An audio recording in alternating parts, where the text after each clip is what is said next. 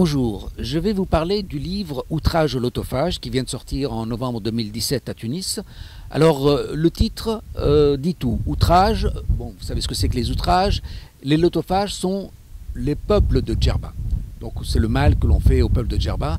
Et c'est un livre qui essaie de reprendre toute la connaissance de l'île. Alors on parle à la fois de l'histoire, de la sociologie, de l'économie de Djerba, de l'environnement, des ressources, du système socio-économique, et du système politique, du système de gestion, de la gouvernance, où toutes ces questions sont évoquées. Et vous allez voir que dans ce livre, on ne commence pas à lire du début à la fin, on lit ce qu'on veut. Le chapitre qui vous concerne ou qui vous intéresse, si vous êtes intéressé par exemple par la question de la sécurité, il y a une partie dans les municipalités où on parle de la sécurité. Si c'est l'histoire, vous pouvez trouver une partie de l'histoire, un chapitre relatif à l'histoire de Djerba, mais en plus, dans cette histoire de Djerba, il y a 50 pages, mais vous pouvez lire ce que vous voulez. Vous pouvez lire par exemple les événements de Kosaïla, ou alors la résistance berbère de la Kahena, ou alors l'avènement des Fatimides, ou alors la révolte d'Abou Yazid, et donc tout ça par rapport à Djerba. Voilà. Alors, dans ce livre, la préface est écrite par Lotfi Jeriri, qui est le directeur du journal Jazira. Et il est quelque part un peu le parrain de ce projet. Alors en chapitre premier, nous avons un très bel article d'une 50aine de pages de Saïd Youssef Barouni, qui est le directeur d'un centre d'études et qui se préoccupe de garder les archives de Djerba. Alors dans ce chapitre, on évoque le début de l'islam, l'avènement du premier islam des Ibadites à Djerba. Vous savez que ce sont des musulmans qui ne suivent pas, qui ne reconnaissent pas le califat et qui ne veulent pas suivre il y a beaucoup de mouches, qui ne veulent pas suivre le califat. C'est-à-dire que les descendants du prophète n'ont pas l'obligation de régner comme une forme de monarchie. Et c'est un peu l'opinion des Ibadites qui, eux, agissent plus en communauté. Donc c'est très intéressant. Et cette culture, cette origine ibadite a influencé Djerba. Alors dans cette histoire de Djerba, vous pouvez donc retrouver l'origine des Ibadites. Vous pouvez aussi trouver les conquêtes omeyyades avec les résistances berbères au temps de Kosaïla, de la Kahena, et puis les conquêtes des Omeyyades de Kérouan, le siècle arabe, la période des Aghlabites, ou encore la troisième opposition de l'islam, puisque donc vous avez eu les Omeyyades, vous avez eu les Fatimides, et puis ensuite vous avez eu des opposants aux Omeyyades qui sont une tendance chiite ismaélien. Ce sont ce qu'on appelle les Rustémides, qui ont fait leur ville à Tiaret, à Tlemcen en Algérie, et dans laquelle Djerba était intégré.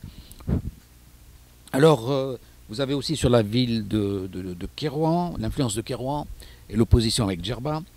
Vous avez l'idéal de neutralité. Vous avez donc plusieurs passages. Vous avez par rapport aux Fatimides, vous avez la rébellion d'Abou Yazid. Donc vous avez aussi l'influence chrétienne, les temps sur Djerba. Vous avez ensuite les invasions hilaliennes. Toutes les rivalités, les prises de Djerba, les batailles de Djerba. Ensuite, la période des Hafsides. Djerba a toujours essayé d'être indépendante et les Hafsides ont dû s'imposer par la force, avec difficulté. Et vous avez la période des croisades, donc vous avez l'indépendantisme de Djerba.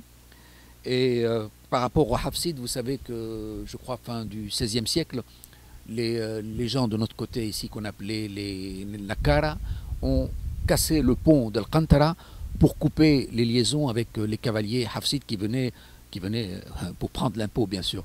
Donc on a cassé le pont pour préserver notre indépendance, pour rester isolé. Donc l'isolement a toujours été une forme d'indépendance. Dans un autre article, on va vous évoquer toutes les méthodes qui ont été appliquées par les Djerbiens pour rester indépendants, autant dans les mythes, dans la sorcellerie, dans dans les constructions, dans les réserves souterraines. Bon, il y a toute une partie, mais ça concerne un autre sujet. Voilà. Alors, en ce qui concerne le contexte historique, vous avez aussi la période des corsaires Barbarossa, Khaireddin el-Berber, ou alors l'autre qui nous a fait beaucoup souffrir, Dargout Bacha, qui s'est instauré pacha de Tripoli, et avec lequel on a eu beaucoup de conflits. Hein. Ce n'est pas un héros pour nous dire bien, il faut le savoir. Hein. Donc il nous a beaucoup fait souffrir. Bon, tout ça, vous allez le voir un peu dans le livre. Alors, quand on dit les corsaires, l'acception est plutôt occidentale. En réalité, pour les Ottomans, ce sont des mercenaires de la mer. D'accord ? Pour les Occidentaux, ce sont des corsaires, mais pour nous, c'était des mercenaires. C'était un peu différent. Donc, ils avaient des enjeux politiques, commerciaux certainement, mais aussi ils répondaient à des intérêts commerciaux. Alors, par rapport à Djerba, donc je vous disais qu'il n'y avait pas d'autorité publique, il y a cette tradition, et puis jusqu'à la période des Husseinites, des Bey Husseinites, juste un peu avant, lors de la dynastie des Mouradites, les Djerbiens se sont intégrés à la régence de Tunis par le commerce. Et donc nous avons eu un bey, Bey Youssef, enfin, je ne sais plus lequel, enfin vous trouverez le détail dans le livre, qui lui a ouvert un marché pour les Djerbiens à Tunis. Et ça, c'était très intelligent parce que par le commerce, il a permis d'intégrer Djerba à la régence de Tunis. Mais ça ne va pas durer longtemps. Après le Bey Hussein, Youssef, les choses vont changer et les Djerbiens vont s'opposer à la dynastie Hafside pendant longtemps. Les Hafsides auront beaucoup de difficultés à instaurer leur autorité sur l'île de Djerba. Et au fin du XVIe siècle, les Djerbiens ont cassé le pont d'El-Qantara pour rester isolés, parce que les Hafsides venaient avec leurs cavaliers, surtout pour prendre l'impôt, pour taxer, c'était surtout ça. Avec la dynastie Husseynide, on va renverser le pouvoir local d'Ibn Jloud, peut-être que je me trompe dans le nom, et en tout cas on va mettre à leur place un nouveau caïd, c'est un nouveau statut, le caïd Ben Ayed. Alors c'est un autre système, c'est une autorité au nom de la régence de Tunis qui vient s'installer à Djerba, et c'est ce qu'a fait Ben Ayed, qui s'est comporté à la fois comme propriétaire terrien et comme représentant de l'État du Bey, et donc il prenait les impôts, il rendait la justice, mais bon, la justice, vous verrez qu'on n'avait pas souvent affaire à lui, parce qu'on savait, on allait voir le caïd Ben Ayed que dans les cas graves, et ça se terminait soit par le paiement du sang ou par la pendaison, donc, ou alors l'exclusion. Bon, enfin, c'était... Et donc les Djerbiens préféraient ne pas aller voir le caïd, ils préféraient régler leurs problèmes au niveau de leur mosquée locale.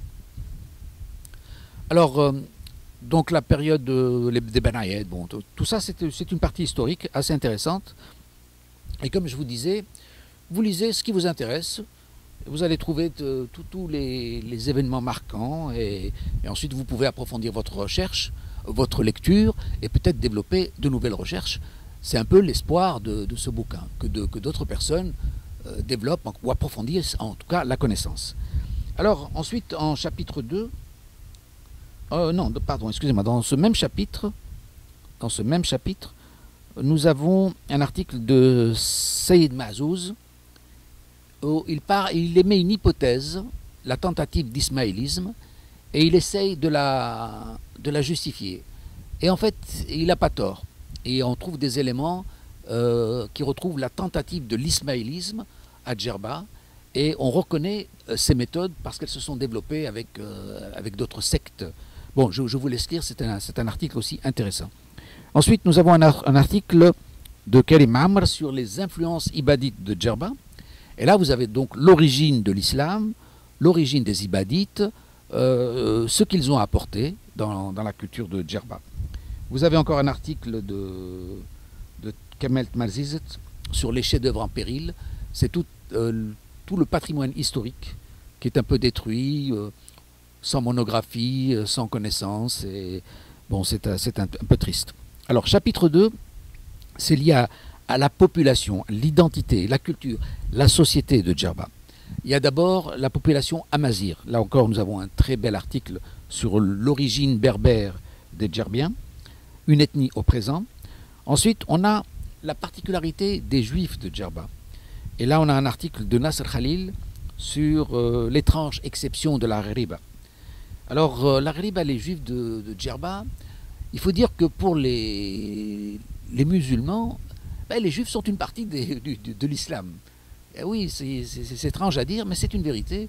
Ce n'est qu'une obédience de l'islam, une particularité que, comme les Ibadites, comme les Hanéfites, comme les Malékites, c'est une obédience. Il y a beaucoup de liens communs, à part qu'ils se rapportent plus à l'Ancien Testament.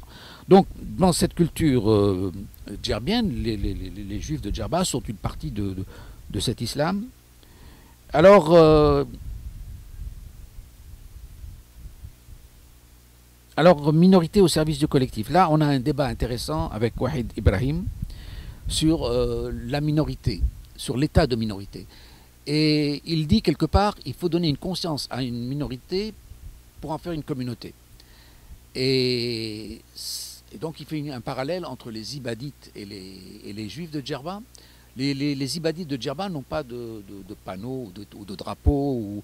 Ils sont de culture ibadite, mais ils s'intègrent, ils s'infiltrent, ils fondent dans la nation tunisienne musulmane, ce qui est différent de la communauté juive. Et donc, ça pose des problèmes de continuité d'une communauté dans une nation. Et c'est un peu un défi national qui est posé. Alors, ces débats avaient été posés au moment des discussions sur la Constitution. Comment faire une idéologie, une cohésion nationale avec les différences idéologiques et religieuses et de pensée même.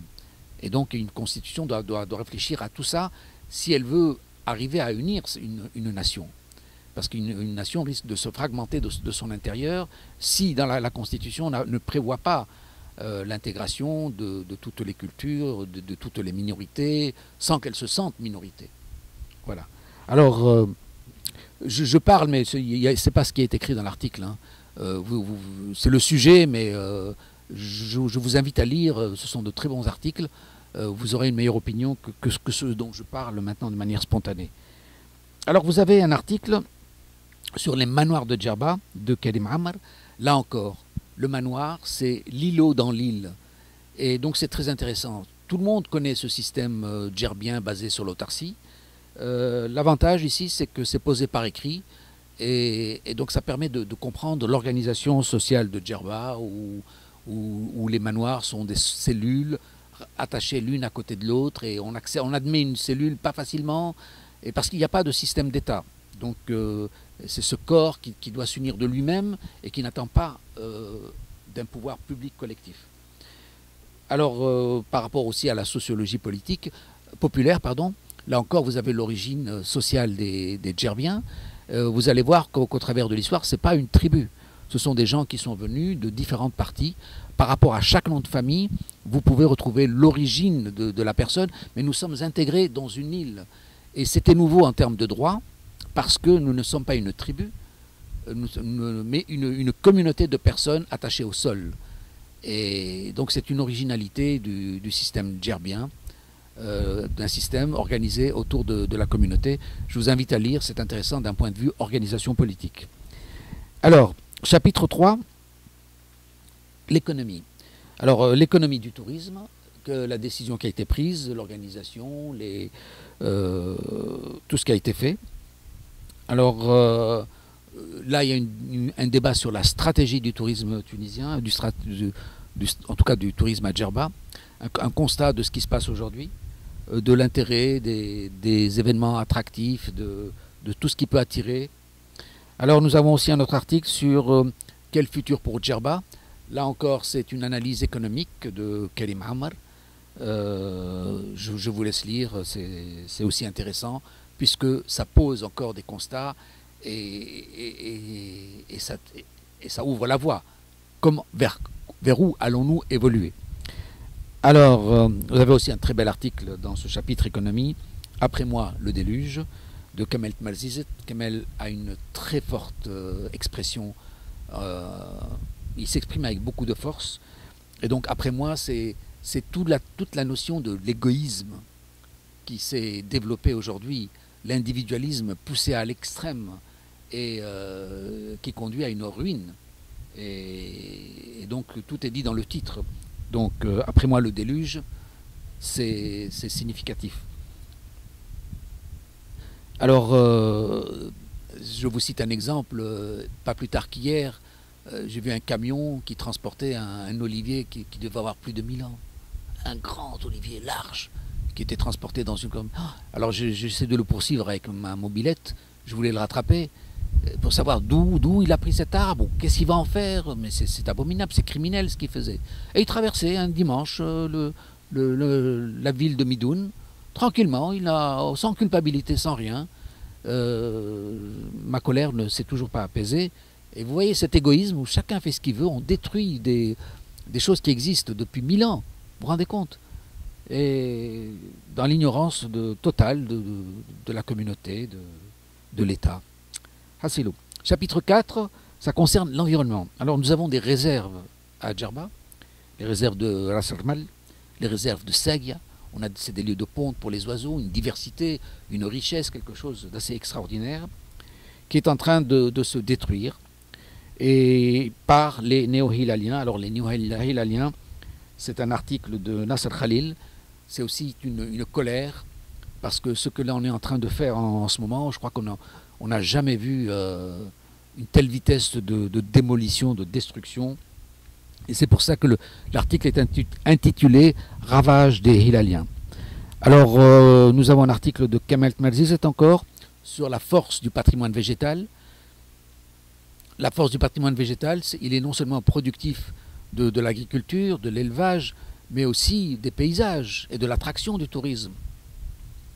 Donc nous ne sommes pas la région de Hammamet, bien que Hammamet était une région agricole. Si les Hammametois s'en souviennent, toute la région de Nables, il y a de très très bonnes terres agricoles. Bon, on en a fait une grande conurbation, il n'y en a que pour le tourisme. Mais bon, est-ce qu'on va faire la même chose à Djerba? Je ne crois pas que le lieu soit adéquat, mais en tout cas, il faut réfléchir à ces choses-là. Alors l'environnement, nous avons un article de Pierre Rabhi.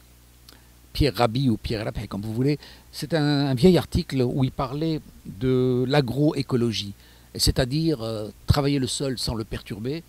Et ces observations sont toujours d'actualité, elles ont été dites il y a 7-8 ans, mais elles sont toujours valables. Alors on a un autre article de Karim Ammar sur les dunes de Djerba, et là encore c'est une émotion, c'est un rappel des paysages que l'on avait, de la disparition, des risques. Bon, c'est une analyse intéressante. Chapitre 6 concerne les poubelles, l'hygiène. Alors nous avons plusieurs articles de Shamseddin Chourou, de Nasser Khalil et de Abdelhamid Gheribi, qui est un urbaniste, qui connaissent. Alors là, on parle de la question de l'éducation, on parle de l'hygiène, on parle du nettoyage, on parle des poubelles, et on parle aussi de l'organisation des poubelles. Et là, un constat est dressé. C'est très intéressant parce qu'on vous offre les solutions. Il n'y a rien à inventer, les méthodes sont là, les autres pays du monde ont expérimenté ces difficultés, et l'avantage ici, c'est que l'on pose le problème et on vous donne la solution. Donc ce livre est en lui-même un mode d'emploi destiné aux associations, principalement la municipalité et toutes ses dérivées, et puis les écoles. Il faut aussi que nos enfants s'imprègnent de la culture de Djerba pour mieux la défendre. Parce qu'aujourd'hui, les gens sont déracinés, ceux qui sont en train d'exploiter les ressources, ils exploitent pour survivre. Au nom de leur misère, ils sont en train d'abîmer un patrimoine millénaire. Bon, alors, chapitre 6, c'est aussi très fort, c'est le foncier et l'urbain. L'urbanisme à Djerba, c'est malheureusement la principale catastrophe, où les faveurs de la brique et du ciment, et puis la défaillance publique, conduisent des gens à faire n'importe quoi, à construire ce qu'ils veulent, n'importe où, des lieux institutionnels pour maisons de vacances, des usines dans des terrains agricoles. Enfin, c'est lamentable.